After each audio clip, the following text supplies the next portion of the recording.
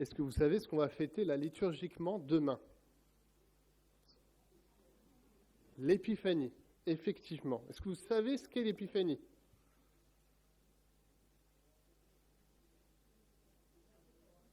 La galette, oui, tout à fait. Il y a d'autres choses. Effectivement, le mot épiphanie, qu'on fait traditionnellement le 6 janvier, donc demain, mais on prend le texte aujourd'hui, signifie manifestation, donc c'est la manifestation de la venue de Jésus. C'est une fête chrétienne où nous célébrons donc la révélation de Jésus au monde entier. Et plus précisément, ce jour marque l'arrivée des mages, donc des sages venus d'Orient, pour adorer l'enfant Jésus. Alors il y a tout un folklore qui a été associé à cet événement. Au lieu des mages, peut-être vous avez entendu parler parfois de rois mages. Même si le texte ne nous dit pas le nombre qu'ils sont, on a souvent dit qu'ils étaient 3, puisqu'il y avait 3 cadeaux. Et on leur a même donné des prénoms. Est-ce que vous connaissez les prénoms des rois mages? Parfait. Balthazar, Melchior et Gaspard, effectivement. Et puis, ils sont souvent représentés sous l'aspect d'un type asiatique pour l'un, africain pour le second, européen pour le troisième, comme ça c'est toute l'humanité qui est rassemblée. Alors, sachez tout de suite que la Bible est bien plus sobre sur leur description, et qu'en fait la majorité des choses qu'on vient de dire, c'est pas du tout attesté. Néanmoins, l'épiphanie, c'est aussi associé effectivement à une tradition populaire qui illumine un peu ce moment de fête, la galette des rois. C'est pas dans tous les pays, mais en tout cas en France on le vit. C'est un gâteau qu'on partage, pour les plus gourmands c'est les plus grosses parts, et qui rappelle symboliquement l'universalité de la rencontre avec Jésus, et qui prend une forme ronde, qui rappelle en fait le soleil, la lumière. En général, on a caché une fève dedans, que l'on cherche avec attention, et ça peut nous faire penser aux mages venant chercher Jésus, qui ont été guidés par une étoile. Tout comme la galette est une occasion de se rassembler et de partager un moment de joie, l'épiphanie nous invite à célébrer ensemble la lumière du Christ. Ainsi, en coupant la galette, en désignant un roi ou une reine du jour, nous rendons hommage à ce roi qui est venu pour tous, dans l'humilité et la simplicité. Nous allons donc méditer ce texte dans l'Évangile selon Matthieu, c'est le seul qui parle des mages qui sont venus, et on va découvrir une vérité qui est profondément spirituelle, derrière tout le folklore que je viens de citer, l'invitation à rencontrer le Christ, et c'est une invitation qui dépasse les frontières, les cultures et les attentes humaines. On va venir à cette rencontre unique où des mages sont devenus des témoins privilégiés de la gloire de Dieu manifestée dans l'enfant Jésus. Lisons ensemble donc l'Évangile selon Matthieu au chapitre 2, des versets 1 à 12. Je vais lire dans la Bible de la Semeur, mais vous pouvez lire dans d'autres versions sans souci. Jésus était né à Bethléem en Judée, sous le règne du roi Hérode. Or, des mages venus de l'Orient arrivèrent à Jérusalem. Ils demandaient « Où est le roi des Juifs qui vient de naître ?» Nous avons vu se lever son étoile,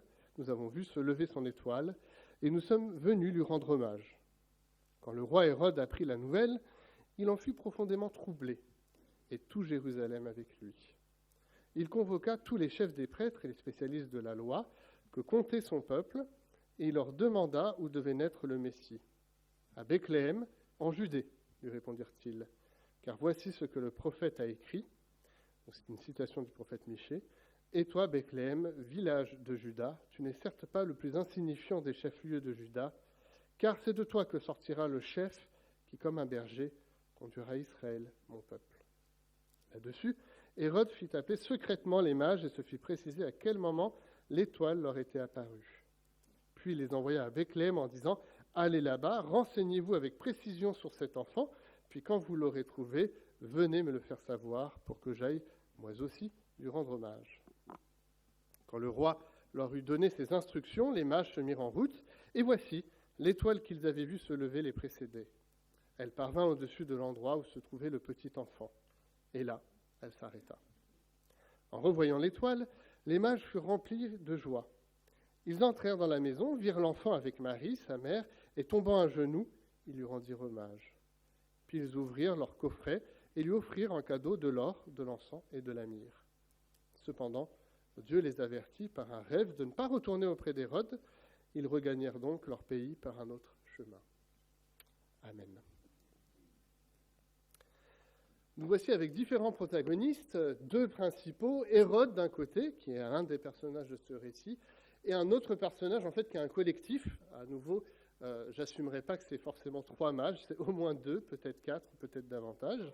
Mais vous avez donc des mages qui ne sont pas des rois, précise le texte, simplement des mages, qui étaient donc à l'époque des hommes sages et érudits, probablement versés dans les sciences, l'astronomie, ou, il faut peut-être aussi être honnête, l'astrologie, c'est-à-dire voir ce qui se passe dans le ciel pour considérer comment les divinités interviennent là-dedans, même si à nouveau le texte reste très sobre en disant simplement que c'est des mages. Ils ne faisaient pas partie du peuple d'Israël, ils étaient même assez peu considérés chez les Juifs, où leur pratique contredisait la loi de Moïse. Si on se réfère au Deutéronome, chapitre 18, l'astrologie n'est pas bien vue et condamnée par la loi.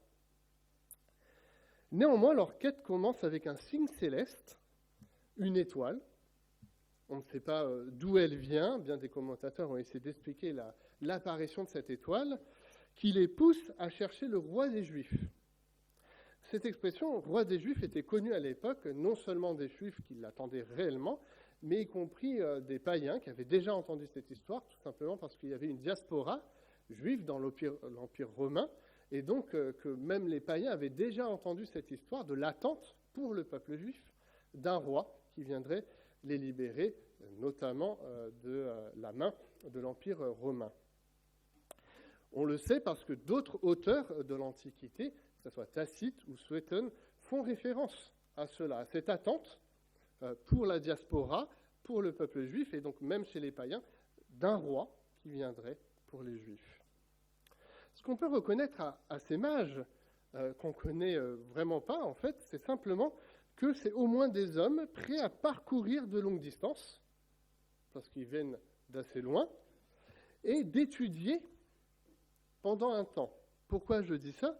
Parce qu'un peu plus tard dans le texte, au verset 16, quand Hérode s'aperçut que les mages s'étaient moqués de lui, il devint furieux.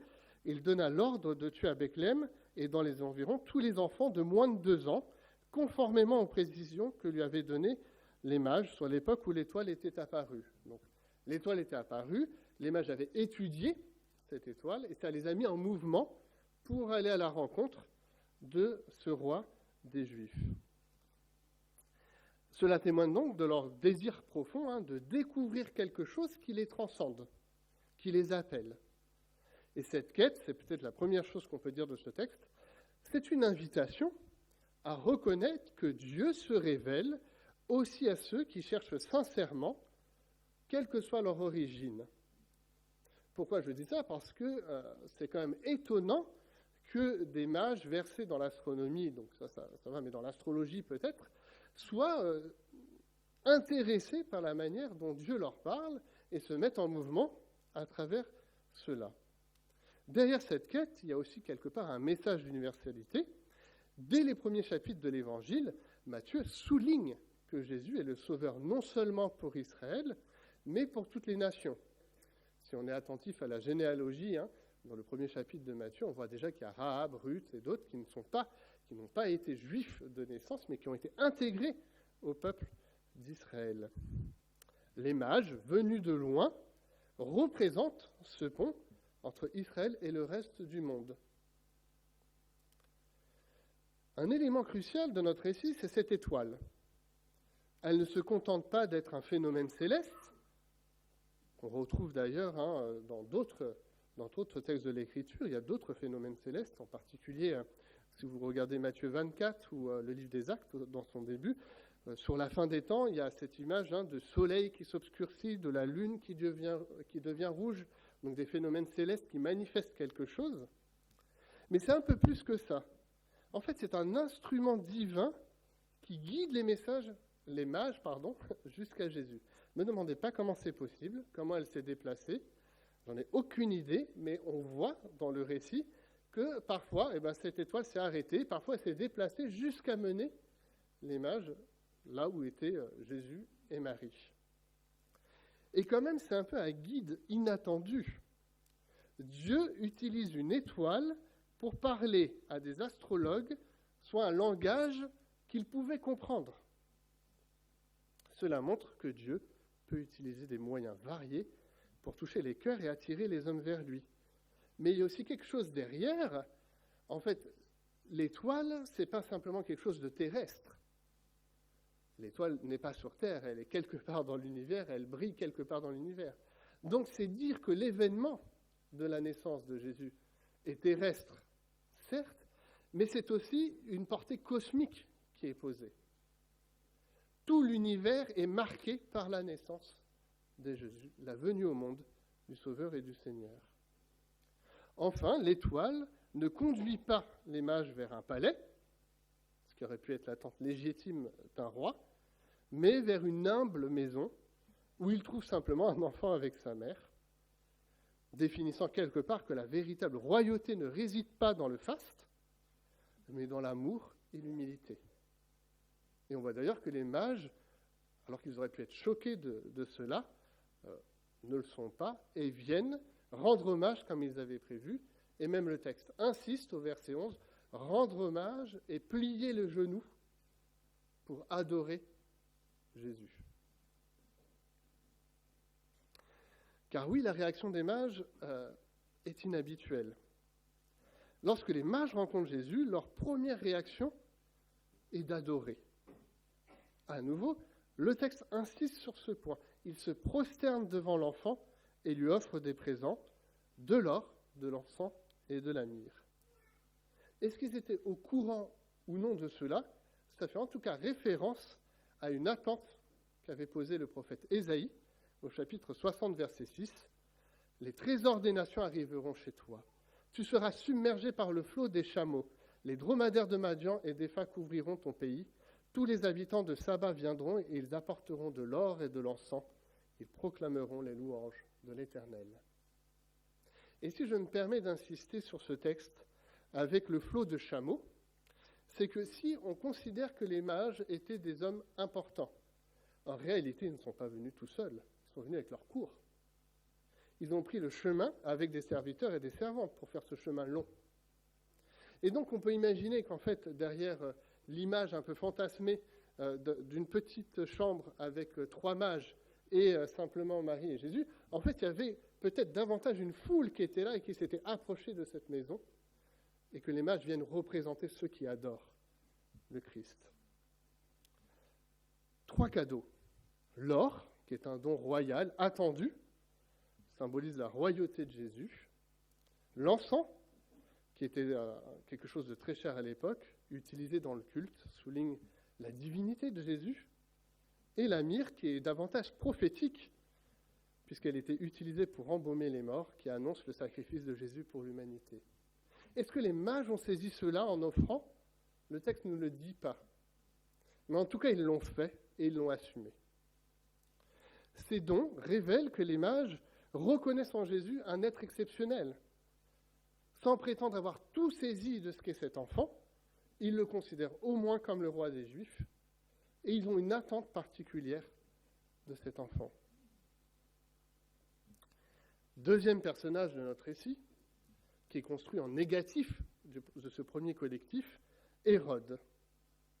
Contrastant avec la joie et l'adoration des mages, Hérode réagit avec une curiosité, comme les mages, il est curieux de ce que va être cet enfant, mais lorsqu'il saisit ce qu'il pourrait être, il réagit avec peur et hostilité. Il agit en premier lieu en sollicitant ce que les spécialistes de la loi connaissent de cette attente du Messie. Et les spécialistes de la loi répondent par une citation du livre du Michée, le chapitre 5, verset 1, dont ils en modifient d'ailleurs les termes, puisque vous avez eu la lecture de Thomas. La lecture de Thomas, Bethléem était considérée comme une ville insignifiante. Ici, elle devient une ville importante, puisqu'elle est le lieu où le Messie va naître.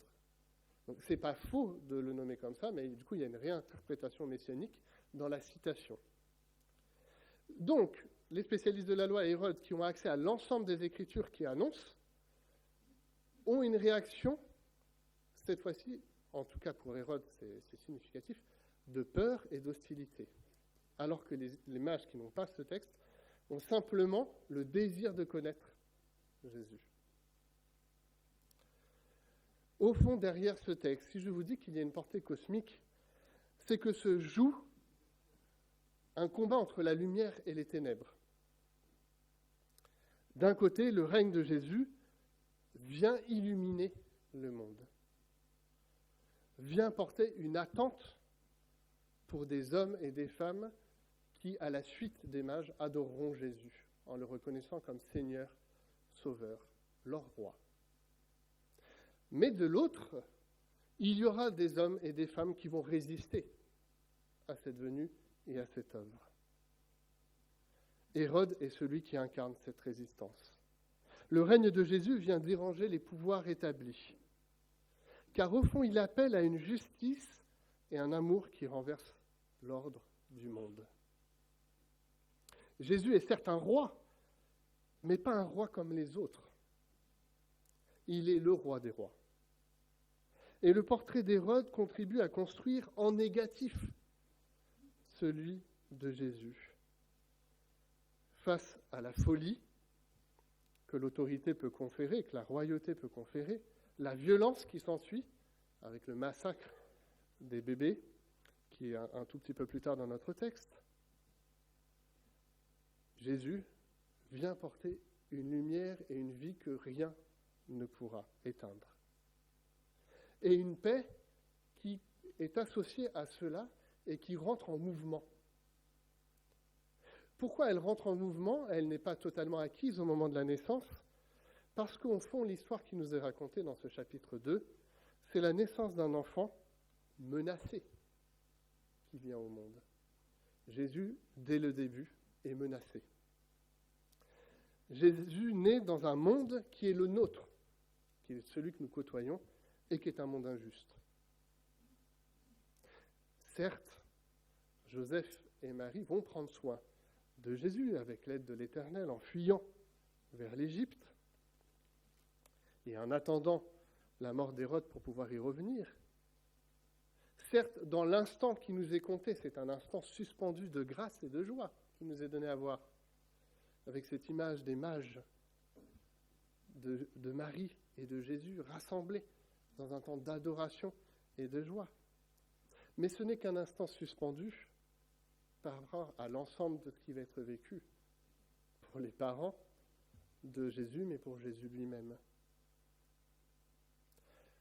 Au fond, si la naissance de Jésus et l'adoration des mages marquent une mise en mouvement de l'histoire du salut, nous devons considérer que c'est une mise en mouvement et non pas la finalité. Certes, la paix, un jour, régnera dans ce monde. C'est la promesse qui nous a été faite, et c'est l'espérance qui est la nôtre, même pour cette année 2025. Néanmoins, en toute lucidité, l'année 2025 commence aussi avec des guerres, des massacres, de l'injustice, de toutes sortes. Que ce soit des États qui les mettent en place, que ce soit des groupuscules, ou que ce soit parfois, avec beaucoup de tristesse, y compris dans l'Église, que l'injustice se vit. Malgré cela, nous pouvons nous retrouver avec les mages dans ce geste d'adoration, dans ce geste de reconnaissance, car l'espérance ne sera pas couverte par les ténèbres, mais la lumière est venue briller pour l'éternité. Le texte est intéressant, puisque cette théophanie, cette étoile qui se met en mouvement, disparaît avec en fait la venue de Jésus. Une fois que la venue de Jésus est actée, cette étoile n'est plus. Et en fait, dans tout le récit des évangiles, c'est Jésus qui incarne la présence de Dieu. Il n'y a plus besoin d'étoiles ou de quoi que ce soit, c'est Jésus dans sa marche sur la terre qui incarne parfaitement la présence de Dieu. Et c'est étonnant de voir qu'après le départ de Jésus, un certain nombre de théophanies vont revenir. Mais sur le temps de la présence de Jésus, c'est lui qui manifeste Dieu. Nous pouvons regarder à Jésus pour voir Dieu à l'œuvre. Le récit des mages est une invitation pour chacun de nous. À l'image de ces mages, nous sommes appelés à chercher activement Jésus, à laisser Dieu nous guider par des signes parfois un peu inattendus, par des textes de la parole qui vont nous solliciter à nouveau à nous approcher de lui avec des cœurs qui adorent. L'épiphanie, la manifestation, nous rappelle que la lumière de Christ est destinée à illuminer chaque personne, peu importe son origine et son chemin de vie. Le Seigneur veut illuminer. Que cette lumière continue de nous guider et qu'à travers notre témoignage, elle éclaire aussi ceux qui nous entourent. Voilà un beau projet pour 2025. Prions. Seigneur, merci pour ce récit que Matthieu a consigné dans son évangile de ces mages qui sont venus de loin en te cherchant sincèrement, en voulant te connaître, et qui face à toi ont eu ce réflexe qui est le bon de plier le genou et de t'adorer. Seigneur, tu es la garantie de notre espérance ce matin, de notre héritage, toi, le roi des rois, de notre paix, malgré les circonstances parfois difficiles et malheureuses de ce monde.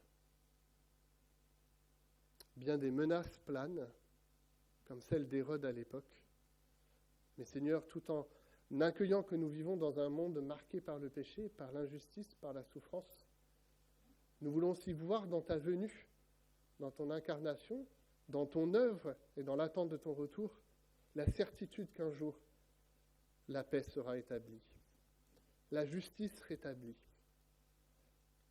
que tout sera réconcilié en toi, l'univers entier, pour les uns par le salut et pour les autres par ta justice. Oui, Seigneur, nous voulons nous reconnaître dans ces mages, savoir voir et écouter ce que tu as à nous dire, accueillir tes signes. Pour cette année 2025, pour chacun personnellement, mais aussi collectivement en tant qu'Église. Je t'en prie en ton Saint-Nom, Jésus. Amen.